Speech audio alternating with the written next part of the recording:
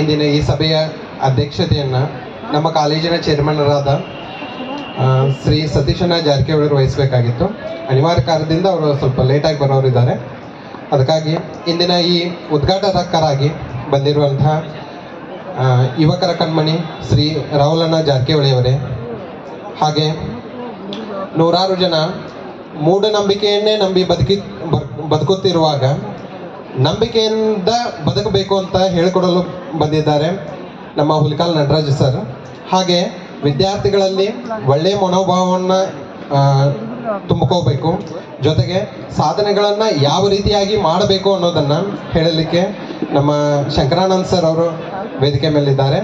ಹಾಗೆ ಈ ಎಲ್ಲ ಫಂಕ್ಷನ್ಸ್ಗೆ ಇಷ್ಟು ಚಂದ ನೀಟಾಗಿ ಪ್ರತಿಯೊಂದನ್ನು ಅರೇಂಜ್ ಮಾಡಿದಂತಹ ನಮ್ಮ ಪ್ರಾಚಾರ್ಯರಾದಂಥ ಲಕ್ಷಟಿ ಸರ್ ಅವರೇ, ಹಾಗೆ ನನ್ನ ಎಲ್ಲ ಶಿಕ್ಷಕೇತರ ಸಿಬ್ಬಂದಿಯವರೇ, ಹಾಗೆ ನನ್ನ ಕಣ್ಣಿನ ಕಣ್ಮಣಿಗಳಾದಂಥ ವಿದ್ಯಾರ್ಥಿ ಮಿತ್ರಗಳೇ.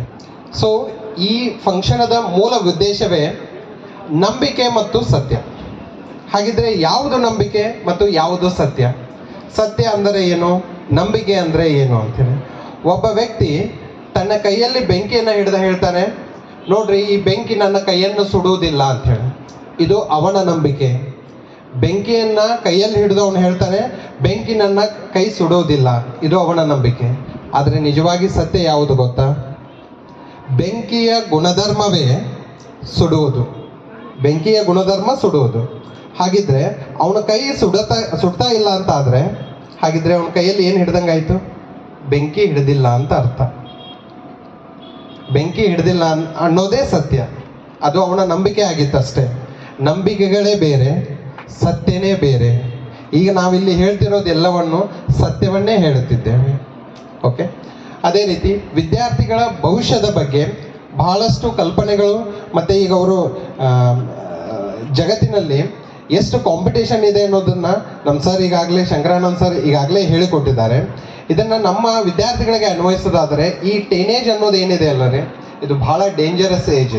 ಇದನ್ನು ನೀವು ಹೇಗೆ ಇಟ್ಕೋತೀರಿ ಹಾಗೆ ಬೆಳಿತೀರಿ. ಈಗ ನಿಮ್ಮ ವಿದ್ಯಾರ್ಥಿಗಳ ಮನಸ್ಸು ಹೇಗಿರುತ್ತೆ ಅಂದರೆ ಒಂಥರ ಹಾಲಿನ ಥರ ಇರುತ್ತೆ. ಒಂದು ಕಡೆ ಒಬ್ಬ ಕವಿ ಹೇಳ್ತಾನೆ, ಕುದಿ ಹೆಚ್ಚೆ ರಗಟುವುದು ಕಡಿಮೆ ಇರೆ ಹಸಿನಾತ, ಕದಡಲ್ ಒಡುವುದು ಹಾಲು ಅದರ ಹದ ಮಣವಹದ ಅಂತ.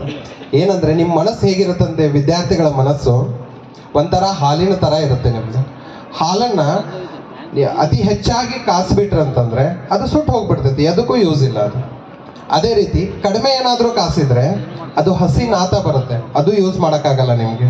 ಅದನ್ನೇ ಈಗ ನಾರ್ಮಲಿ ನೀವು ತರಕಾರಿ ಎಲ್ಲ ಬೇಯಿಸ್ತಿರಲ್ಲ, ಆ ರೀತಿ ಏನಾದರೂ ಒಂದು ಸ್ಪೂನ್ ಇಟ್ಟು ಹಾಲಲ್ಲಿ ಏನಾದರೂ ಅಳಗಾಡಿಸಿದ್ರೆ ಅದೇನಾಗುತ್ತೆ, ಹಾಲು ಒಡೆದು ಹೋಗುತ್ತೆ.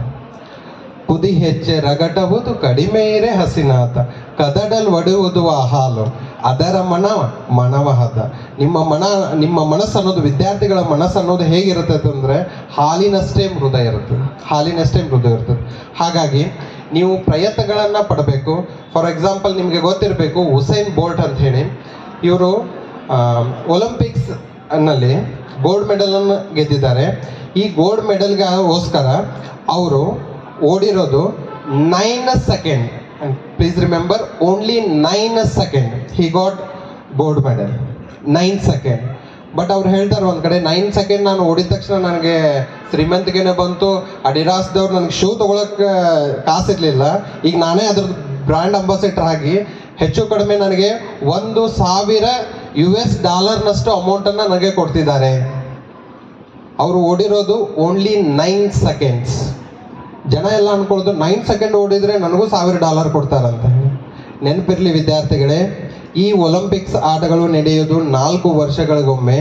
ಆ 9 ಸೆಕೆಂಡಿನಲ್ಲಿ ವಿನ್ ಆಗಲಿಕ್ಕೆ